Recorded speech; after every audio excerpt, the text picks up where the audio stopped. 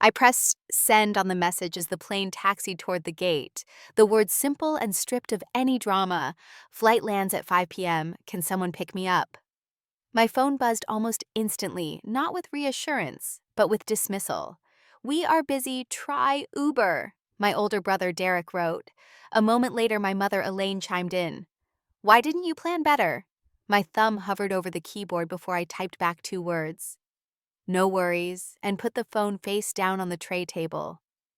Outside, the December light was fading fast, casting the tarmac in cold shades of gray. My reflection in the airplane window looked like someone I barely recognized. Hair pulled back in a loose knot, eyes shadowed from 30 sleepless hours of travel, and the kind of grief that seemed to press down from all directions. In the overhead bin above me, a small black suitcase held every physical reminder of the man I had just buried halfway around the world, his leather wallet still holding a few South African rand, the watch I gave him on our second anniversary, a folded stack of shirts that still carried traces of his cologne, Ryan. Even his name felt like a bruise inside my mouth. The memory of the last time I saw him alive was a loop I could not turn off. He was laughing about something trivial, adjusting the strap of his work bag as he headed out for the day. Less than 24 hours later, he was gone, the victim of a construction accident on a project site in Cape Town. When the company called me, their voices careful, their words rehearsed, it felt like my life had been knocked off its axis. I flew there within days, and for weeks, my world became a blur of foreign hospitals, paperwork I could barely understand, and the cold reality that I was alone in this. My family checked in sporadically, their messages brief and businesslike, as if my loss was just another item on their to-do list.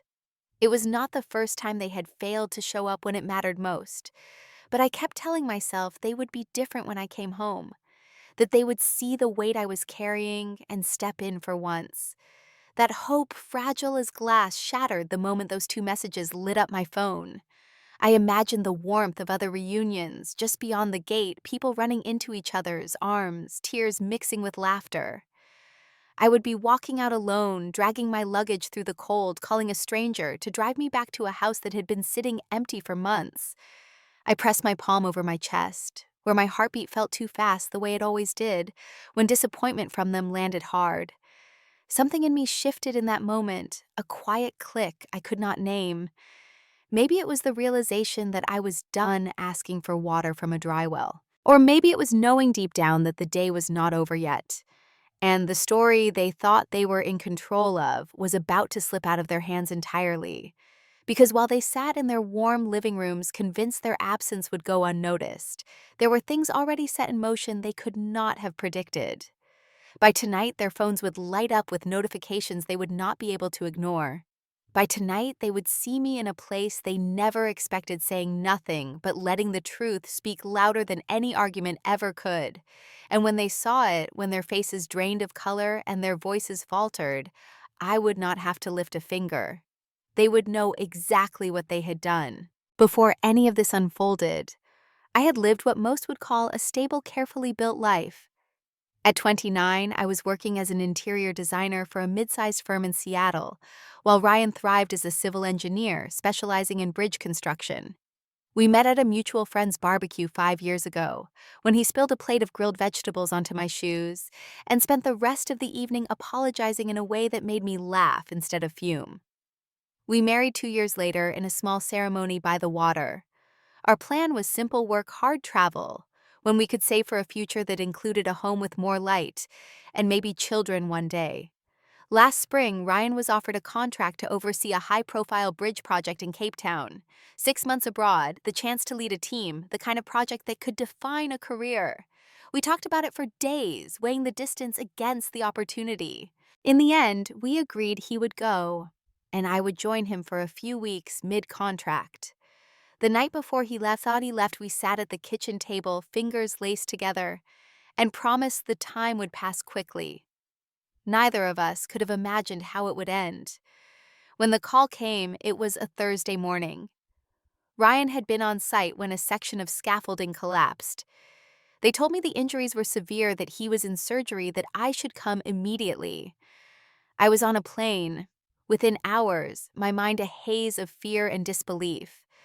By the time I landed, he was gone. The company handled some of the arrangements, but much was left to me. Navigating foreign bureaucracy while in shock was like trying to breathe underwater. Every form needed multiple copies. Every office was across the city from the last. I called my family daily, hoping for comfort, but their voices were distant. My mother asked if I had thought to check the fine print on our insurance. My brother mentioned that it was a shame I could not just have the body shipped home, as though cost was the only reason I would choose a burial there. My father barely spoke at all. In the end, the funeral was small, mostly Ryan's colleagues and a few expatriates he had befriended. I stood alone as the coffin was lowered, the South African sun blazing overhead, feeling as though the ground had disappeared beneath me. The emotional toll was obvious, but the financial strain was a quieter, constant weight. Our insurance covered part of the medical and funeral costs, but international policies have gaps you do not see until you are standing in one. I drained our savings, maxed out credit cards, and still came home to unpaid bills. Every step of the way, I told myself the real support would come once I was back. That my family would meet me at the airport, take me home, make sure I ate, that someone would stay with me that first night. The image of them waiting just past security kept me going through the endless flights and layovers. What I did not realize until much later was that there was more than emotional safety at stake. I was walking back into a house that had been sitting through the coldest winter Seattle had seen in years, a house that had not been checked, a house that had already begun to betray me. If I had known then what I know now, I would have understood that the danger was not just loneliness or grief. It was physical, immediate, and potentially deadly, and the people who could have prevented it had already decided I was not worth the trouble. Looking back, it should not have surprised me. My family had been like this for as long as I could remember. My mother, Elaine, had a way of making everything about her. If I was sick, she would sigh loudly about the inconvenience. If I had an achievement, she would find a way to link it to something she had done years earlier, as though I was merely following her example. My father, Martin, was quiet, but not in a comforting way. He observed from a distance, rarely stepping in, unless it was to reinforce whatever my mother had already decided. And Derek, my older brother, had always been the sun around which our household revolved. When I broke my wrist falling off the backyard swing at 8 years old, my parents drove me to the emergency room but left me there with a neighbor's teenage daughter, so they could make it to Derek's championship soccer game on time. When I graduated high school at the top of my class, they showed up just in time for my speech, clapped politely, and left before I could even take photos because Derek had a college visit scheduled. At my wedding, my mother spent more time fussing over the seating for Derek's latest girlfriend than she did talking to me. If I tried to confront them about the imbalance, I was told I was overreacting, too sensitive, imagining slights that were not there. Gaslighting was their specialty, subtle enough that I often questioned my own memory of events. Over the years, I adapted by lowering my expectations, convincing myself that this was just how families operated, that love could be expressed in ways that did not involve showing up physically or emotionally. But deep down, I knew the truth. They were capable of generosity when it benefited them, of attention when there was an audience, but when it came to moments that mattered to me, they were always somewhere else. That pattern had been easy enough to ignore when the stakes were low, when the disappointments could be brushed aside.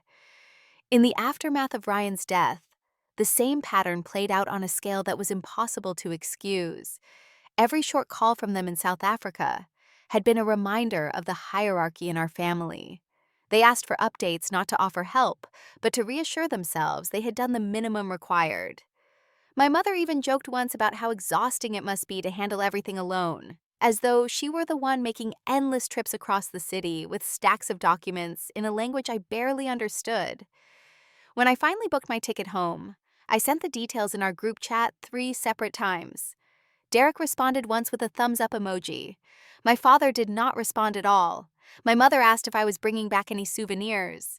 By then I had stopped expecting much, but there was still that fragile sliver of hope that they would surprise me. That maybe this time they would step outside of their well-worn roles and be there. What I did not know was that their absence would not just be another line in the long history of disappointments. This time, it would intersect with a set of circumstances so dangerous that it would leave me in a hospital bed, my life quite literally hanging by a thread. And when the truth of it all came out, they would find themselves under a spotlight they could not control. The flight from Cape Town to Seattle felt endless. There was a layover in Amsterdam, another in Minneapolis, each one stretching the journey into something that felt less like travel and more like endurance. I had sent my flight details yet again from the airport in Minnesota, just in case they had somehow forgotten. No reply. By the time we began our descent into Seattle, the clouds outside the window were a dense winter gray, and the city lights below looked cold and distant. When the seatbelt sign turned off, I switched my phone back on and saw their responses waiting like small landmines. Derek: "We are busy, try Uber, Elaine. Why didn't you plan better?" My father said nothing. I read them twice before tucking the phone into my bag. Not because I accepted it, but because I could feel that old familiar mix of hurt and resignation starting to rise. Baggage claim was a blur.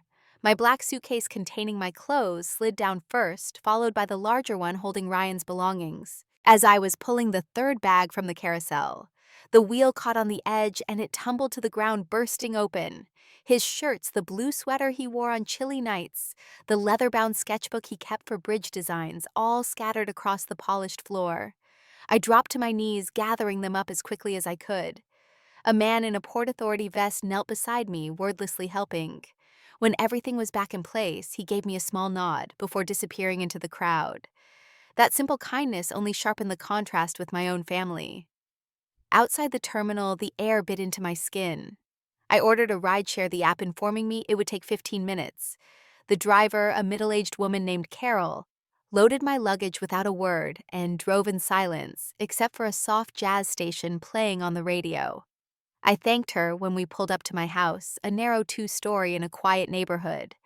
The moment I stepped out, I noticed something was wrong. The key I had used for years would not turn in the front lock. Confused, I tried again before digging for the spare, hidden under the porch light. It did not work either. After several minutes of forcing it, the lock finally gave, scraping open with a sound that made me wince. Inside, the air was icy. The thermostat on the wall was dark. The refrigerator hummed faintly, but offered nothing but expired condiments when I opened it. I remembered asking Derek a week ago if he could check the heat and maybe pick up some groceries before I got back. He had replied with a vague, "Sure, no problem." Now I could see that had been another empty promise. I set the luggage down and tried calling him. When he answered, I asked if I could stay at his place for the night until I figured out the heating.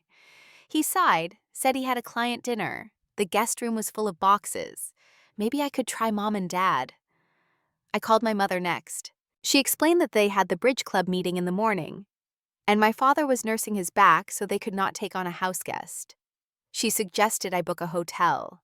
By the time I hung up the phone, my breath was visible in the air, and the ache behind my eyes was not just from fatigue. It was the slow, steady pressure of understanding that the people who should have been my safety net were instead a wall I kept running into. I told myself I would just get through the night call or repair service in the morning and figure it out from there. What I did not know was that the night ahead would bring more than just cold. It would bring the kind of danger you feel in your bones, the kind that makes you realize survival is sometimes about more than grief. I decided to check the heating system before it got any later. The basement door creaked open, a draft of even colder air spilling up the stairs. I switched on the light, but it flickered once and went out, leaving only the narrow beam of my phone flashlight. The first step down was damp. By the third, I could hear the faint sound of water lapping. When my feet hit the basement floor, it was ankle deep. The metallic tang in the air told me what I was afraid to confirm. Somewhere, a pipe had burst. I sloshed toward the far wall where the furnace and water heater sat in a shallow pool, their reflections shifting in the light. I reached for the breaker panel to cut the power before doing anything else, but as my hand brushed the edge, a sharp jolt ripped up my arm, throwing me backward. My head struck something hard and the phone clattered away into the water. For a few seconds, I could not move, my right arm numb and tingling. My vision pulsed at the edges, black creeping in. I forced myself upright, found the main water valve, and cranked it until the flow stopped. The silence that followed was broken only by my own breathing, shallow and fast. I stumbled back upstairs. My clothes soaked the chill, now a deep ache in my bones. I wrapped a blanket around my shoulders and sat on the couch trying to decide whether to call a plumber now or in the morning. That was when I heard the faint beeping. At first I thought it was my phone, but the sound was coming from the hallway. The carbon monoxide detector on the wall flashed red. My stomach dropped. I knew the basics, that carbon monoxide was odorless, that it could build up quickly, that it could kill you before you realized what was happening. My first instinct was to grab my bag and leave, but when I stood up, my legs felt heavy, my head light. The room tilted slightly, my breath coming faster. I reached for my phone, but it was still down in the basement, likely ruined. The landline in the kitchen was dead. I tried to make it to the door, but halfway there, my knees buckled and I dropped to the floor, the blanket tangling around me. The air felt thicker, my thoughts slower. Somewhere far away, I heard pounding on the front door, a voice calling my name. Then darkness closed in. When I opened my eyes, I was on a gurney, the bright white of overhead lights sliding past. A mask covered my face, warm oxygen rushing in. Someone was speaking to me, but I could not make out the words. Later, I would learn that Marilyn, my neighbor across the street, had been walking her dog when she saw water streaming out from under my front door. She knocked, called my name, heard the alarm, and dialed 911. The fire department had to break down the door. They found me on the living room floor, barely conscious, my skin cold to the touch, with carbon monoxide levels in my blood high enough to require immediate treatment. The emergency room doctor told me bluntly that another hour and I might not have woken up at all. As the fog in my head began to clear, so did a sharper, colder realization. The whole thing, the burst pipe, the lack of heat, the fact that no one had checked the house in months, could have been prevented with the smallest effort from the people I'd counted on. My family could have picked me up from the airport. They could have checked the thermostat before the freeze set in. They could have made sure food was in the fridge, so I did not waste precious time and energy stumbling around a freezing kitchen. Instead, I had gone from burying my husband overseas to nearly dying alone in my own home within 24 hours of returning. And they had not lifted a finger. I was hooked up to an IV when the first ripple of what had happened began to spread outside the hospital walls. A local news crew was at the ER covering storm-related emergencies. One of the paramedics who had brought me in mentioned my case, the combination of circumstances too startling to ignore. A widow returns from an overseas funeral, is abandoned by her family, and nearly dies in her cold, flooded home. It had the kind of tragic symmetry that catches public attention instantly. They asked if they could speak to Marilyn, and she told them what she saw, her voice shaking slightly on camera. They spoke to one of the firefighters who had carried me out, and he mentioned the text messages still open on my phone when they found me. Simple, short, and impossible to misinterpret. Flight lands at 5 p.m. Can someone pick me up? We are busy. Try Uber. Why didn't you plan better? By the time they aired the segment that evening, the story had moved from local human interest to something sharper, a mirror held up to the casual cruelty of neglect.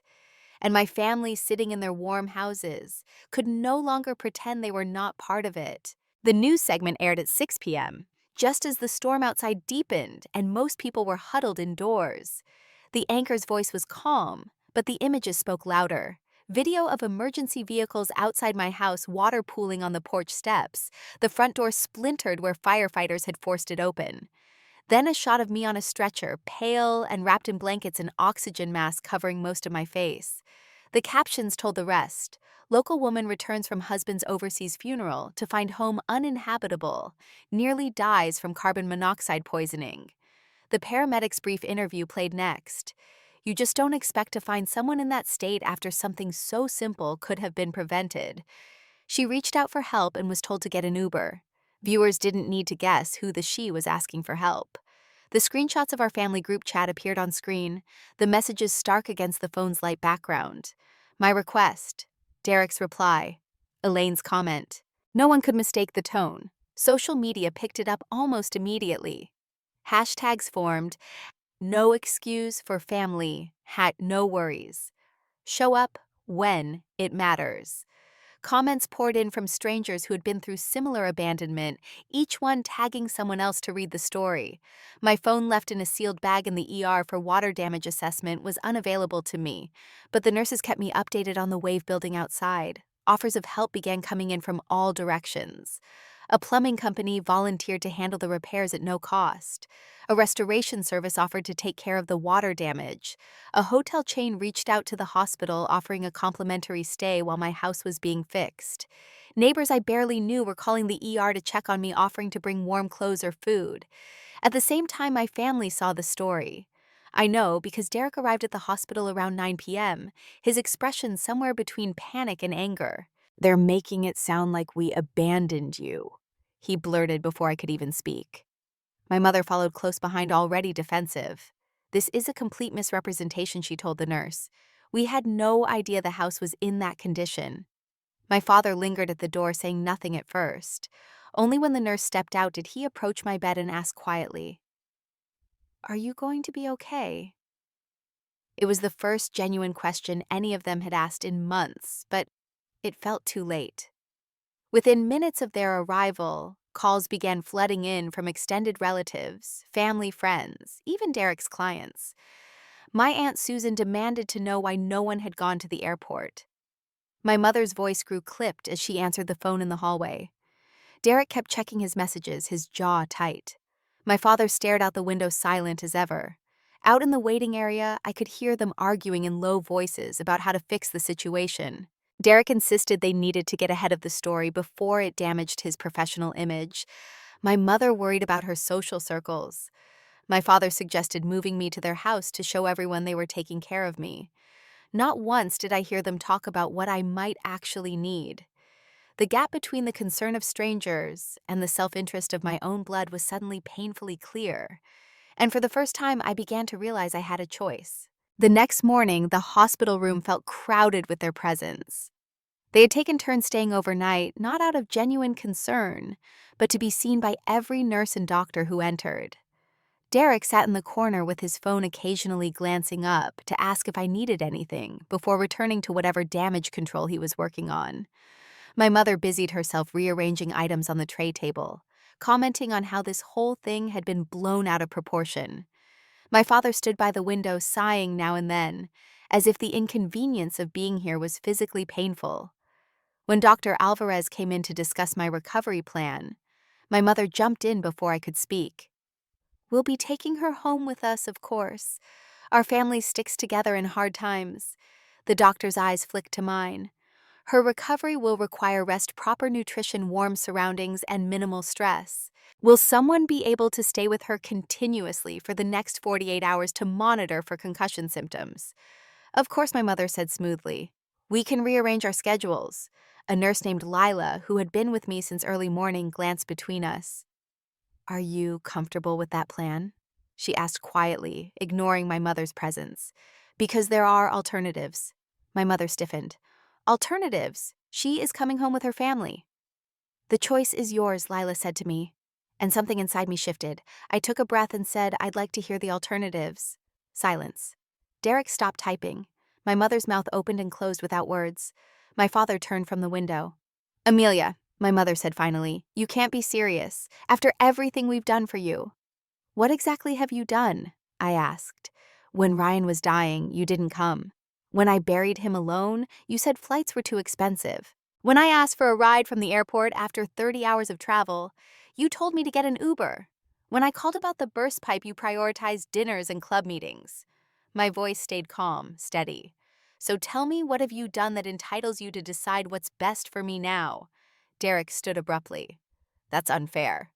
"We didn't know it was serious. You didn't ask," I said. "Not once did you ask how I was doing. Not once did you offer help without conditions. You didn't need to see me on the news to know I was alone. You chose not to see it." My mother's cheeks flushed. "Families can't drop everything for every crisis. Your expectations are unrealistic. Needing a ride from the airport after burying my husband is unrealistic," I asked. "Making sure the heat was on in my house during winter is too much to ask."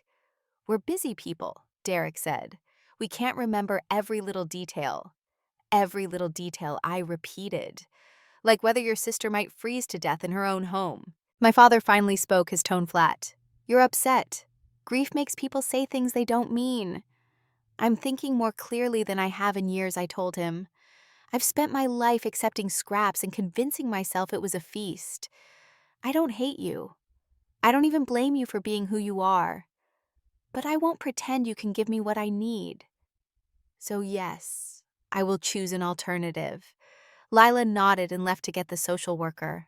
My family stared silent, realizing they were losing control of the narrative. The social worker returned with a folder of information and a calm, professional tone. We've arranged for you to stay at the Harborview Suites for 2 weeks while your home is repaired. All costs are covered by community donations. Meal deliveries will be provided twice daily. Transportation to follow-up appointments is included, and several neighbors have offered to check in on you.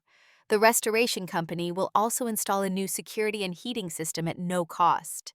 The contrast between this outpouring from strangers and my family's conditional offers could not have been sharper. My mother's lips thinned into a line. Derek's jaw worked as if he were chewing on an unspoken objection. My father's eyes slid to the floor. This is ridiculous, Derek said finally. You're choosing random people over your own family. I'm choosing kindness over obligation, I replied. My mother gathered her purse, her movements sharp. When you come to your senses, we'll be waiting. Don't expect us to drop everything again. That's exactly my point, I said. I never could expect that, and now I no longer will. They left soon after, but the ripple of consequences had only just begun. Derek's client, the one he had been so worried about impressing, pulled a pending contract, citing reputational concerns after seeing the news segment. My mother was quietly removed from her position as president of the Bridge Club, following complaints from members about her behavior. Neighbors who had once waved politely now crossed the street to avoid them. Even my father, usually insulated from public opinion, found himself cornered at work by colleagues asking why no one had checked on me before the storm. Whispers followed them at the grocery store and the church parking lot at community events. For years, they had controlled how our family was seen. Now the image they had so carefully maintained was unraveling in real time, and there was nothing they could do to stop it. In the weeks that followed, I settled into the small suite at the Harborview. The room overlooked the bay, the view shifting each day from fog to sunlight to rain, a quiet reminder that change was constant and inevitable. The meals arrived on time. Neighbors I had barely spoken to before brought flowers or books, and the restoration crew kept me updated with photos of the progress at my house. I began attending a local grief support group held twice a week in the community center. The first meeting I barely spoke, just listened to others share stories of loss and survival. By the third, I found myself telling my own story, not for sympathy, but for connection. One woman, recently widowed, gripped my hand afterward and said, "You made me feel less alone." That was the moment I realized healing wasn't just about feeling better. It was about reclaiming the parts of myself I had given away to people who had never earned them. I worked with a small legal nonprofit to set up the Safe Return Fund, aimed at helping people coming home from overseas emergencies with immediate housing, food, and transportation. Within a month, donations from strangers had funded the first several cases. I was no longer waiting for my family to become what I needed them to be. I was building something that didn't depend on them at all. The day the restoration was finished, I walked through my front door and felt for the first time that the house was truly mine.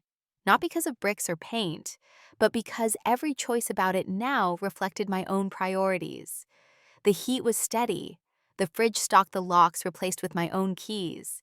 And in the quiet of that first night back, I understood that I had crossed a line I would never return from. A year later, I stood at the front of a modest event hall, speaking to a room filled with volunteers, donors, and the people whose lives had been touched by the Safe Return Fund.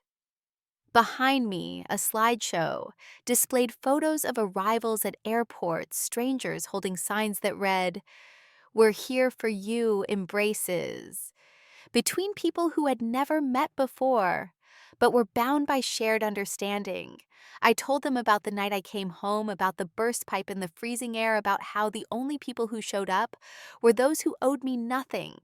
I spoke without bitterness, because by now I understood that the power was not in punishing those who failed me, but in honoring those who stepped forward. Family is not defined by blood, I told the audience. It's defined by presence, by showing up when it matters with no strings attached. The applause that followed was warm, but it was the faces in the crowd that stayed with me, people who knew the truth of those words in their own bones. As the event wound down, Marilyn crossed the room to hug me. "You're still here because you fought for yourself," she whispered, "and because someone like you fought for me," I replied. Walking out into the cool evening air, I glanced at my phone. There was a new message from my father. It was brief, a simple, "I'm proud of what you've built." My reply was just as simple, "Thank you." I slid the phone back into my bag and kept walking. I didn't need an apology to know my worth. The people who had been there when it counted had already shown me.